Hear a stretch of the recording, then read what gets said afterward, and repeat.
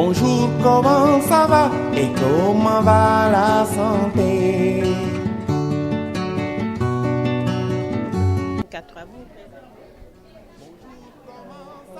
Je m'appelle Béatrice Faye. Je suis la présidente de l'association IADESCO. IADESCO, initiative d'appui au développement et à la santé communautaire. Premièrement, c'est ma localité. J'ai pensé avant tout à ma population d'abord. C'était juste pour permettre à la population de Pambal de bénéficier des consultations gratuitement. La gynécologie, il y a le diabète, l'hypertension artérielle, il y a aussi le dépistage VIH, dépistage du cancer du col, il y a aussi la pédiatrie, médecine générale aussi, ça dépend. Pour le moment, on a à peu près peut-être 100 personnes. Mais, il y a des activités ici au village, donc peut-être, et puis l'approche du gamou, donc peut-être c'est ce qui a causé un peu de trucs. Sinon,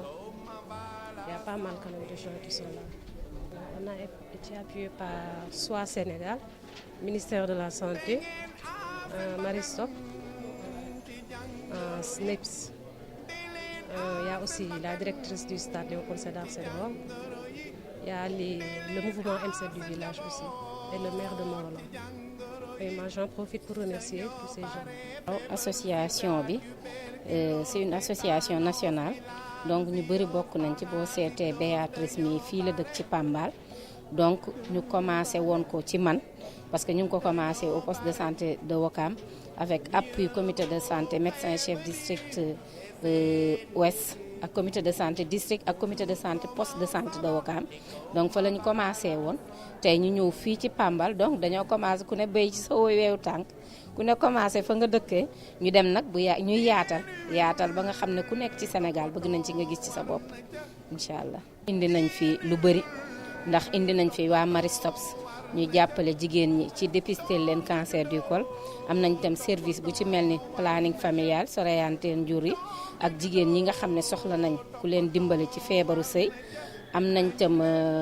pédiatrie maanaam ñiy faj xale yi am nañ gynécologie ñooñu ak Maristops yem nañ liggéey am nañ dépistage VIH am nañ dépistage tension hypertension am nañ dépistage diabète yooyu am na fi te ñaan nañ yàlla itam képp koo xam ne jaar na fi bu soxlaa garab ñu may ko ko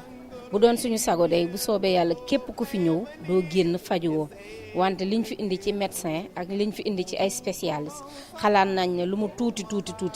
kenn ku ne dina jël juróom fukk wala lu ko ëpp donc xalaat nañ lu jëm ci 3 téeméer ba si 4 téeméer nit suñ fi ñëwee tey incha allah dinañ faju ñu dëkk ci Pambal ak dëkk yu ko jege ak fu nit mën a jóge ñëw fii bëgg nañ ñu faj la incha allah. IADESCO, c'est une association qui est sous-bénéficiaire de la SOA dans la région de Ziguinchor, dans le programme de prévention de la transmission du VIH de la mère à l'enfant et exactement dans le district sanitaire de Ziguinchor. Mais également, c'est une association qui, au niveau national, a fait une demande à la SOA pour l'appui et l'accompagnement. Et c'est la deuxième fois qu'à Dakar, on est venu pour appuyer cette association dans les activités qu'elle est en train de mener, que nous trouvons pertinentes, parce que cette association a l'objectif de lutter contre les maladies chroniques non transmissibles et surtout le dépistage précoce des maladies telles que hypertension, diabète, néphropathie et cancer. Donc l'objectif de cette association nous trouvons pertinent et c'est pour cela que la SOA a toujours accepté d'accompagner cette association chaque fois qu'elle en fait une demande. Les médecins qui sont là il y a la spécialité de chirurgie, il y a gynécologie, il y a cardiologie, il y a médecine générale et diabétologie. Il y a également le dépistage du VIH qui est venu du centre de santé de Tivaouane et Maristop qui s'occupe de dépistage du cancer du col et de la planification familiale, Maristop International. Donc l'association est appuyée par plusieurs médecins, surtout des généralistes, mais également des spécialistes et l'organisation Marie Stopes International et la SOA Sénégal. On est juste au milieu de la journée, on attend, on va voir comment ça va aller. Yadisco nous a dit qu'il a également eu un appui du ministère de la Santé en médicaments. On va voir, on ne connaît pas encore. Après, on verra quelle sera la satisfaction des clients, la satisfaction des patients qui sont nombreux, puisque je vois que vraiment ils sont nombreux. Et on espère que Yadisco pourra les satisfaire. Pour wérgu yaram docteur yi fi ñëw yal na leen yàlla jàppale ñun suñu malaat moo ñu tax a ñëw fii pour ñëw faju yal nañu yàlla jàppale docteur bi faj tension ak bi faj yaram muy tàng docteur bi faj yëpp ñëpp daal laa bëggoon a gis tey ndax ma xool sama yaram la ci war a ne moom laa bëggoon a gis waaw maa ngi leen di sant di leen gërëm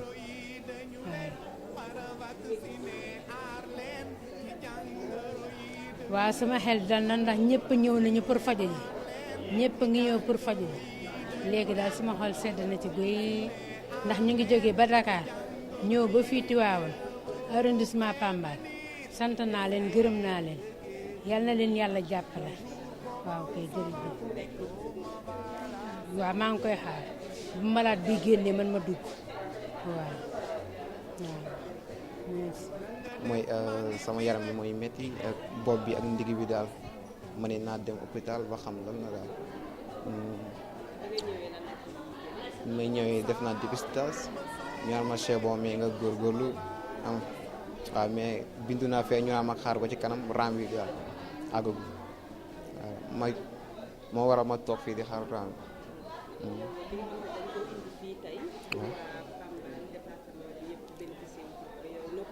waaw loolu daal c'est bon loolu daal ñu ngi koy rafetlu bu baax daal dee naan waa góor waaye am ngeen njaarama daal lii lu rafet la daal lu baax la man bi ma déggee loolu damaa yàgg a dégg loolu rajo Alboura FM ma ne ba jour ba naa fa dem ndax lii mosuma ko def c'est la première fois moo tax ma ñëw fi tey voilà. xanaa yaram mu naqari rek di bili baane rek di miir ba di métti waaw nopp yi day riir bu guddee kay loolu moo ma fee déedéet waaw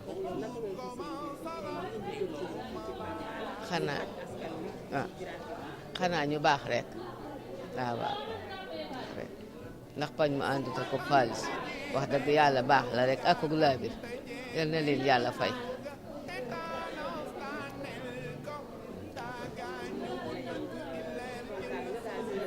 ba kontaan naa kay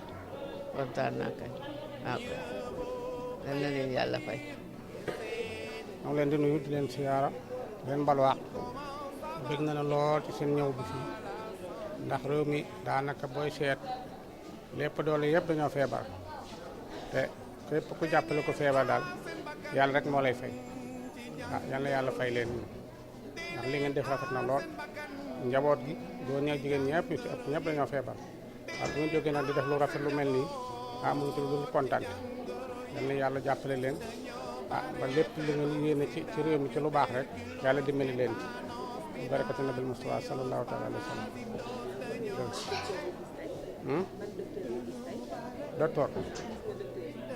docteur bi waaw gis naa ko waaw tension de la doon xamu faju waaw tubaarkalla jox nañ ma ay garab fay nañu ma sant naa ci lool waaw wax nañ ma ne nam koy defee lépp ma ci war a def ak li ma ci war a def lépp wax nañ ma ko waaw tubaarkalla kontaan naa ko sant naa bu baax ñaan na leen yàlla rek na yàlla jàppale leen waaw lépp lu nga bëgg ci réew mi ci lu rafet rek ak wér-gu-yaram leen ñi rek waaw nan ci kontaan na yàlla fay leen yow jërëjëf. Donc nous avions eu l'opportunité d'avoir cette occasion qui nous est offerte pour rencontrer l'association Yadisco qui a initié d'organiser ces journées de consultation gratuites au niveau de la localité avec un grand plaisir, mais également avec l'accompagnement soit Sénégal. Et de stop de l'équipe de Stop Marie. Marie Stop également, international.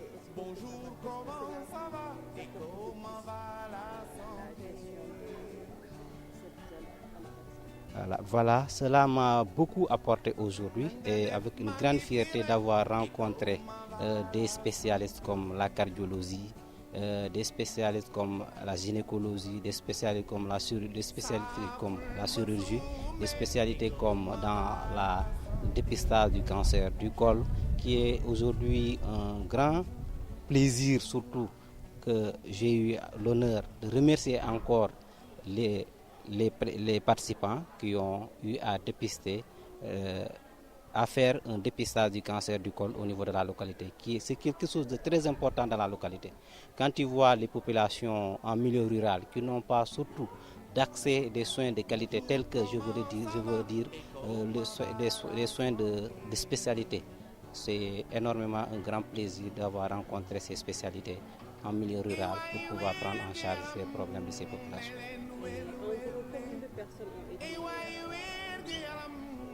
En gros, il y a eu en moins une 300 personnes qui ont été vues dans différentes spécialités. Et ça encore reconforte encore un grand plaisir de revenir encore pour remercier ces spécialités qui ont travaillé avec un grand cœur, avec un engagement particulier d'aider ces populations. De particularité, c'est par rapport aux maladies cardiovasculaires qui sont un peu dont la prévalence est un peu élevée dans la zone, et de maladies comme le diabète qui ont été décelés avec des cas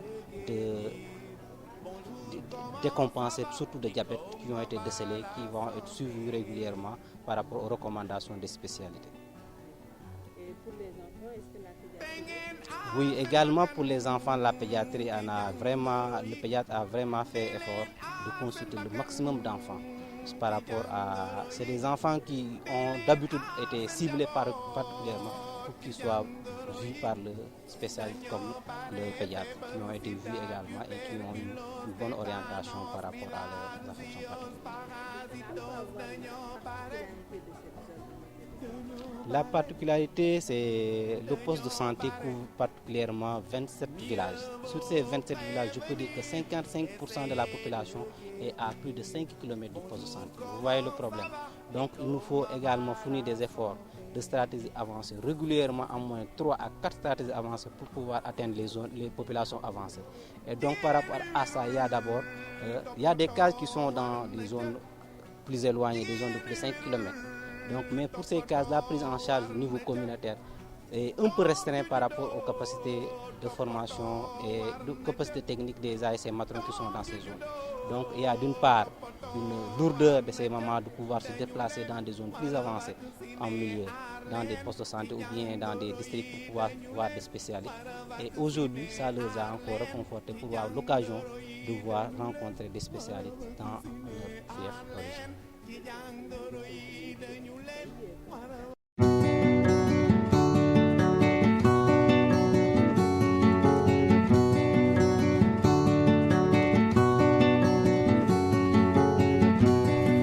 Bonjour, comment ça va et comment va la santé?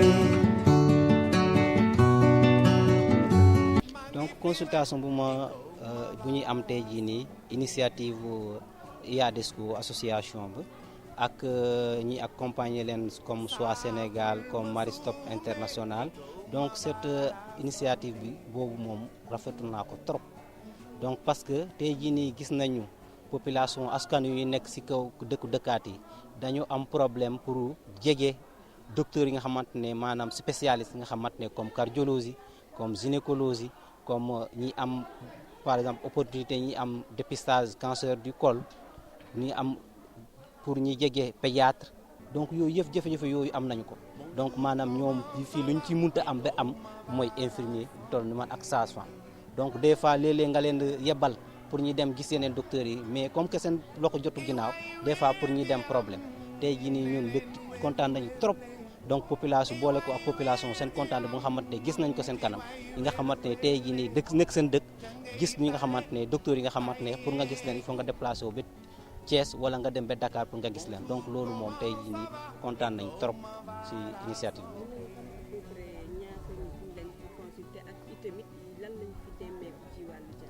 donc tey jii nii maanaam gis nañu lu ëpp ñetti téeméeru